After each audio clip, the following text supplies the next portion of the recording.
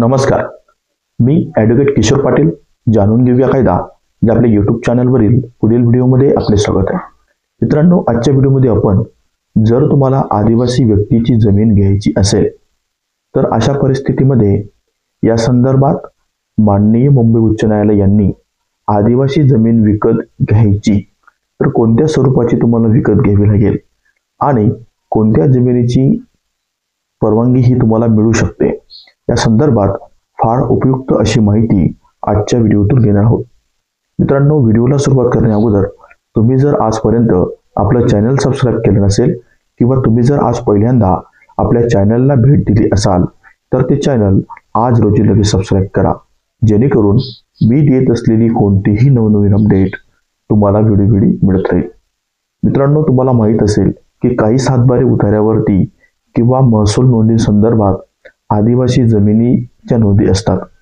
त्यामध्ये जे काही सातबारे उतारे असतात त्या उतार्यावरती इतर अधिकाराच्या ज्या रकाने असतात त्या रकान्यांमध्ये 36A किंवा 36B च्या बंधनास पात्र आदिवासी जमीन अशा स्वरूपाचे शेरे हे महसूल डिपार्टमेंटने नमूद केलेले असतात. परंतु काही जमिनी या अशा असतात की ज्या आदिवासी धारकाने जरी धारण केलेल्या असल्या तरी देखील त्यांना आदिवासी जमीनच म्हटलं जातं. आदिवासी जमीन घेण्यासंदर्भात आपल्याला हा सर्वसाधारण नियम माहीत असेल की त्या जमिनीची पूर्वपरवानगी खरेदी करण्यापूर्वी किंवा कोणताही व्यवहार करण्यापूर्वी हे घेणं बंधनकारक आहे. कारण त्या जमिनींना भोगवटा वर्ग 2 हा शेरा असतो आणि भोगवटा वर्ग 2 हा शेरा असल्यामुळे सक्षम प्राधिकरणाच्या परवानगीशिवाय हस्तांतरणास बंदी.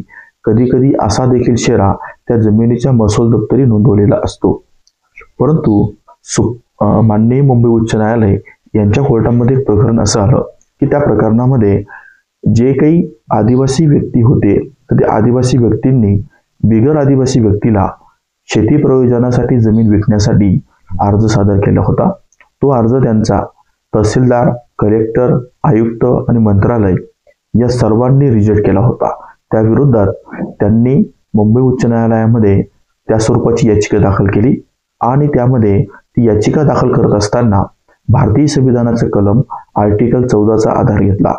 कारण ज्या स्वरूपामध्ये ते प्रकरण हे रिजेक्ट करण्यात आलं त्यामध्ये म्हटलं होतं की 1975चा आदिवासी जमिनी हस्तांतरणाचा जो नियमाचा कायदा आहे त्यातील नियम 4(1)(अ) नुसार जर तुम्हाला आदिवासीची जमीन ही विकत घ्यायची असेल तर ती तुम्हाला फक्त येणे झालेली जमिनीचं हस्तांतरण करता येतं.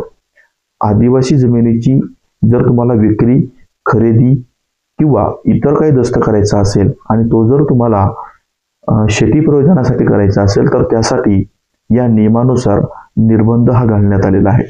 हा नियम आज रोजी तयार झालेला नाही, तर तो 1975 मध्ये तयार झालेला आहे. परंतु या संदर्भातली बऱ्याच लोकांना माहिती ही नसते. त्यामुळे त्या याचिकाकर्त्याने भारतीय संविधानाचा कलम आर्टिकल 14चा आधार घेतला. भारतीय संविधानाचं कलम आर्टिकल 14 असं म्हणतं की इक्वॅलिटी बिफोर लॉ आणि इक्वल प्रोटेक्शन ऑफ लॉ, म्हणजे कायद्यासमोर सर्व हे समान आहेत आणि कायद्याचं प्रत्येकाला संरक्षण आहे. म्हणून त्यांनी असं म्हटलं की एका वेळेस ही जी तरतूद आहे तर ही भारतीय संविधानाची आर्टिकल 14चं उल्लंघन करतं, म्हणजे व्हायोलेटिव्ह ऑफ आर्टिकल 14 असं त्याच्यात त्यांनी आधार घेतला आणि ती याचिका दाखल केली. त्या स्वरूपाची याचिका ही माननीय मुंबई उच्च न्यायालय यांच्या खंडपीठासमोर आल्यानंतर न्यायालयाने यामध्ये खूपच बारीक बारीक गोष्टी बघितल्या आणि निर्णय देताना शेवटी असं सांगितलं की जो काही 1975चा नियम आहे त्या नियमाचा जर आपण आधार घेतला तर त्या नियमामध्ये असं म्हटलं आहे की नॉन ॲग्रिकल्चरसाठी परवानगी ही मिळू शकते, परंतु जर तुम्हाला शेती प्रयोजनासाठी आदिवासी व्यक्तीची जमीन घ्यायची असेल तर त्यासाठी कोणत्याही स्वरूपाची परवानगी ही संबंधित जिल्हाधिकारी यांनी द्यायला नको. कारण काय की या जमिनींचं जे काही प्रोटेक्शन आहे ते प्रोटेक्शन हे शासनाला करायचं आहे. आदिवासी जमिनीच्या आदिवासी जी व्यक्ती असतात त्या व्यक्तींचं संरक्षण, त्यांच्या जमिनीचं संरक्षण किंवा त्यांच्याकडे असलेल्या मालमत्तांचं संरक्षण करण्यासाठी भारतीय महाराष्ट्र जमीन महसूल संहिता 1966 यामध्ये त्या लोकांच्या जमिनीचं संरक्षण किंवा त्यांचं संरक्षण करण्यासाठी कलम 36 आणि 36A तरतुदी या लागू करण्यात आल्या. त्यामुळे अशा स्वरूपामध्ये जर तुम्हाला अशा स्वरूपाची परवानगी ही जर देत असाल तर त्या कलमाचा उपयोग होणार नाही किंवा त्या कलमाचं उल्लंघन होईल असं माननीय मुंबई उच्च न्यायालय यांनी सांगितलं. आणि सांगितलं की यापुढे जर कलेक्टर साहेबांकडे 36A परवानगी संदर्भात प्रकरण आली तर शेती प्रयोजनासाठी जर ते प्रकरण नसतील तर ते प्रकरणामध्ये तुम्ही परवानगी देऊ नये.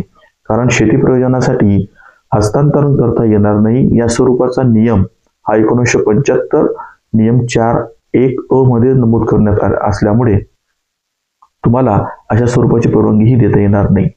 या प्रकरणाची पार्श्वभूमी अशी होती की त्यामध्ये कुळ आणि आदिवासी व्यक्ती यांच्यामध्ये कॉम्प्रोमाइज झालं होतं आणि तो कुळ होता तो बिगर आदिवासी होता आणि याच्यामध्ये त्यांच्यात न्यायालयामध्ये कॉम्प्रोमाइज झाले असल्यामुळे त्यांना ती जमीन ही बिगर आदिवासी व्यक्तीला विकत द्यायची होती.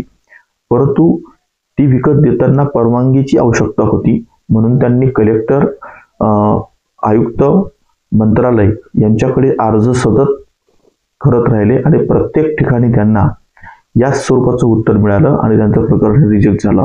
म्हणून त्यांनी मुंबई उच्च न्यायालयामध्ये या स्वरूपाची याचिकाही दाखल केली होती. त्यामुळे तुम्हाला जर आदिवासी व्यक्तीची जमीन ही शेती प्रयोजनासाठी घ्यायची असेल तर ती मुळीच खरेदी करता येणार नाही.